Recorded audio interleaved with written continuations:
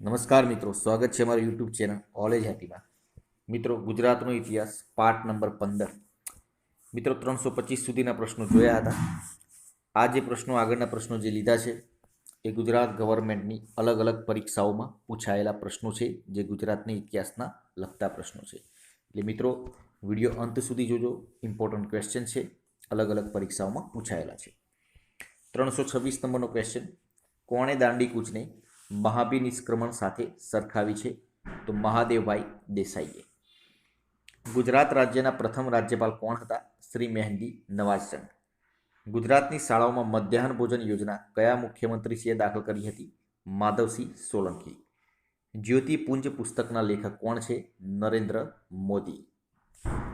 તારંગા ગુજરાત વિદ્યાપીઠની સ્થાપના કોણે કરી? તો ગુજરાત વિદ્યાપીઠની સ્થાપના મહાત્મા ગાંધીએ કરેલ હતી. બ્રિટિશ શાસન વખતે કચ્છના ચલણી સિક્કા કયા નામે પ્રચલિત હતા? કોરી નામે પ્રચલિત હતા. મહાગુજરાત સીમા સમિતિના અધ્યક્ષ કોણ હતા?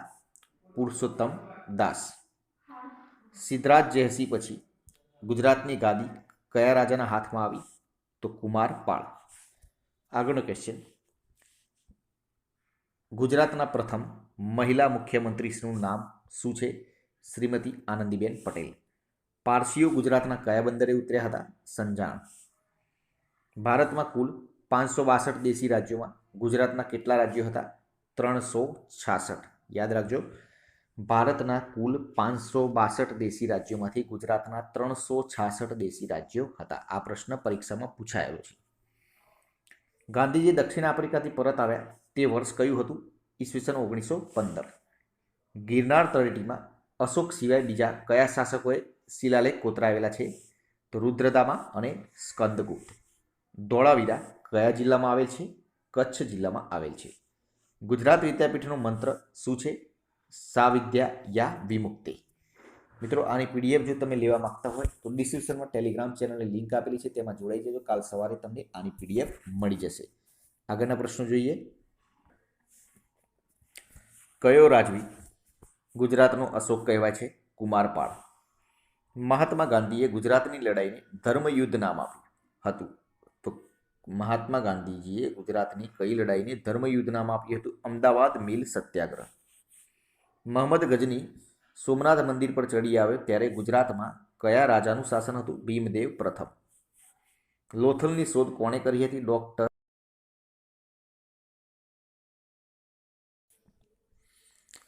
લોથલની શોધ કોણે કરી હતી? Doctor S.R. રાવ. પ્રાચીન કાળમાં ગુજરાતનું કયું બંદર મરી મસાલા અને રેશમના વેપાર માટે જાણીતું હતું? તો ભરૂચ. ગુજરાત માટે ગુર્જર દેશ એ શબ્દ પ્રયોગ કયા શાસકના સમયમાં શરૂ થયેલો? મૂળરાજ પ્રથમ. હેમચંદ્રાચાર્યનું બાળપણનું નામ શું હતું? ચાંગદેવ. મૂળરાજ સોલંકી પોતાની રાજધાની ક્યાં સ્થાપિત કરી હતી? અણહિલપુર પાટણમાં. ન્યાયપ્રિય અને પવિત્ર સુલતાન તરીકે કોની ગણના થાય છે? મુઝફ્ફર શાહ બીજો. ગુજરાતના સૌથી પરાક્રમી સુલતાન તરીકે કોણ ઓળખાય છે? મહેમદ બેગડો. ગુજરાત રાજ્યના પ્રથમ રાજ્યપાલ કોણ હતા? મહેંદી નવાઝચંદ. મહાગુજરાત આંદોલનની આગેવાની કોણે લીધી હતી? ઇન્દુલાલ યાજ્ઞિક. ગુજરાત રાજ્યમાં સૌથી વધારે વાર મુખ્યમંત્રી તરીકે કોની વરણી થઈ છે? નરેન્દ્રભાઈ મોદી.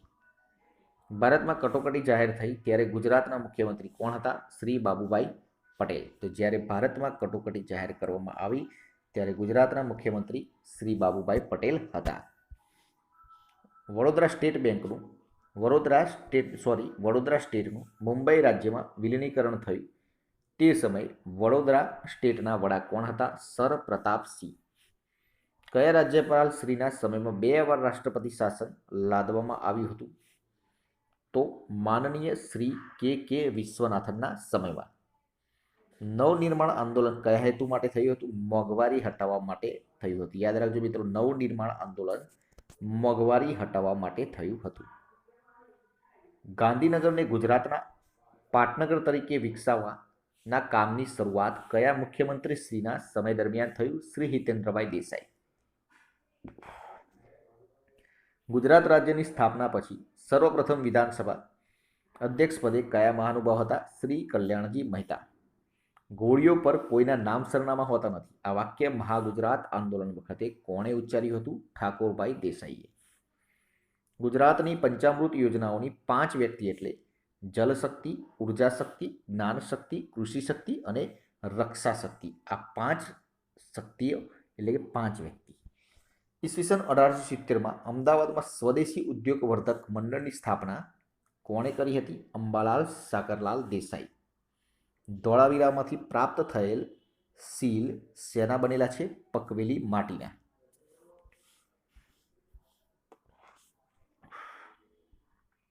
ગુજરાતે પ્રથમ પ્રધાનમંડળ કયા સ્થળે રચવામાં આવ્યું હતું? સાબરમતી આશ્રમ.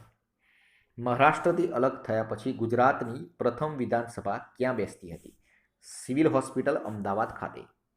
મુંબઈ, મહારાષ્ટ્ર અને ગુજરાત એમ 3 પ્રદેશોના વિભાજનના સમર્થક કોણ હતા? ભાઈ કાકા. 1956 2 ઓક્ટોબરે ઇન્દુલાલ યાજ્ઞિકની સભાની સમાંતર કોની સભા ચાલી રહી હતી? જવાહરલાલ નહેરુ. મહાગુજરાત ચળવળ માટે શું સાચું છે? તો મહાગુજરાત ચળવળ માટે આંદોલનનું નેતૃત્વ મહાગુજરાત જનતા પરિષદે લીધું. ગોળીબાર તપાસ માટે નાગરિક પંચ નિમાયું. મુંબઈ રાજ્યના તત્કાલીન મુખ્યમંત્રી યશવંતરાય ચૌહાણ હતા. રાષ્ટ્રીય ચેતના લાવવા ગુજરાતમાં સ્થપાયેલી સંસ્થા ગુજરાત રાજકીય પરિષદ એટલે કે ગુજરાત સભાની સ્થાપના ક્યારે અને ક્યાં થઈ? સન 1884 અમદાવાદ ખાતે. નવનિર્માણ આંદોલન દરમિયાન ગુજરાતના મુખ્યમંત્રી પદે કોણ હતા? ચીમનભાઈ પટેલ હતા. યાદ રાખજો મિત્રો, નવનિર્માણ આંદોલન એ મોંઘવારી હટાવવા માટે હતું અને એ વખતે ચીમનભાઈ પટેલ મુખ્યમંત્રી પદે હતા. ગુજરાતના પૂર્વ મુખ્યમંત્રી સદગત શ્રી બળવંતરાય મહેતાનું અકસ્માતથી અવસાન કયા યુદ્ધકાળ વર્ષ દરમિયાન થયું હતું? 1965 વખત. ગુજરાતમાં સૌપ્રથમ રાષ્ટ્રપતિ શાસન કઈ સાલમાં લદાયું? 1971માં. સંસદમાં દ્વિભાષી રાજ્યનો ઠરાવ સ્વીકારતા કયા દિવસે અમદાવાદની લો કોલેજમાં વિદ્યાર્થીઓની સભામાં પગલા સમિતિ રચના કરવામાં આવી હતી? 7 ઓગસ્ટ 1956ના રોજ. કોંગ્રેસ મોવડી મંડળ સમક્ષ સન 1959માં ગુજરાત અને મહારાષ્ટ્ર વચ્ચે ભાવનાત્મક એકતા સ્થપાઈ નથી એવો અભિપ્રાય કોને આપ્યો હતો? યશવંતરાય ચૌહાણે. ગુજરાતમાં કયા મુખ્યમંત્રી શ્રીના કાર્યકાળમાં ગોકુળ ગ્રામ યોજના અમલમાં મુકાઈ હતી? કેશુભાઈ પટેલની સરકારમાં. નરેન્દ્રભાઈ મોદીની સરકાર દ્વારા ભારતના કયા વીર સપૂતના અસ્થિ લંડનથી ભારત ખાતે લાવી ગુજરાતમાં તેમના નામનું સ્મારક રચવામાં આવ્યું? શ્યામજી કૃષ્ણ વર્મા. ગુજરાતના કયા ઐતિહાસિક શહેરમાં સંગીત સમ્રાટ તાનસેનની દીપક રાગની દાહને સંગીત દ્વારા સમાવવામાં આવી? વડનગર ખાતે. 1938માં સુરત જિલ્લાના હરિપુરામાં કોના અધ્યક્ષપદ હેઠળ કોંગ્રેસનું 51મું રાષ્ટ્રીય અધિવેશન યોજાયું હતું? સુભાષચંદ્ર બોઝના અધ્યક્ષપદ હેઠળ. વનરાજ ચાવડા દ્વારા તેના મહામંત્રીની યાદમાં સ્મૃતિ રૂપે કયું નગર વસાવવામાં આવ્યું? ચાંપાનેર. ભારતમાં ગવર્નર તરીકેની નિમણૂક પામનાર સૌપ્રથમ ગુજરાતી કોણ? ચંદુલાલ ત્રિવેદી. ગુજરાત રાજ્ય વિધાનસભાના સૌપ્રથમ અધ્યક્ષ કોણ હતા? કલ્યાણજી મહેતા. ગુજરાત રાજ્યનું સૌપ્રથમ પાટનગર જણાવો? અમદાવાદ. એક માન્યતા મુજબ ભગવાન શ્રી કૃષ્ણ પીપળાના ઝાડ નીચે આરામ કરતા હતા ત્યારે તેમના પગમાં તીર વાગતા તેમને દેહત્યાગ કર્યો હતો. આ વૃક્ષ જે સ્થળે આવે છે તે ભાલકા તીર્થ ગુજરાતના કયા જિલ્લામાં આવેલ છે? ગીર સોમનાથ ખાતે. તો મિત્રો, આ હતા આપણા આજના વિડીયોના પ્રશ્નો. વિડીયો પસંદ આવ્યો હોય તો વિડીયોને લાઇક જરૂરથી કરજો, પોતાના મિત્રો જોડે શેર કરજો, ચેનલને સબસ્ક્રાઇબ કરવાનું ના ભૂલતા, જેથી કરીને આવનાર દરેક વિડીયોની નોટિફિકેશન પણ આપણે સૌપ્રથમ મળી રહે, આપણી તૈયારીમાં પણ વધારો થઈ શકે. કાલે ફરીથી નવા વિડીયો સાથે મળીશું. જય હિન્દ, જય ભારત.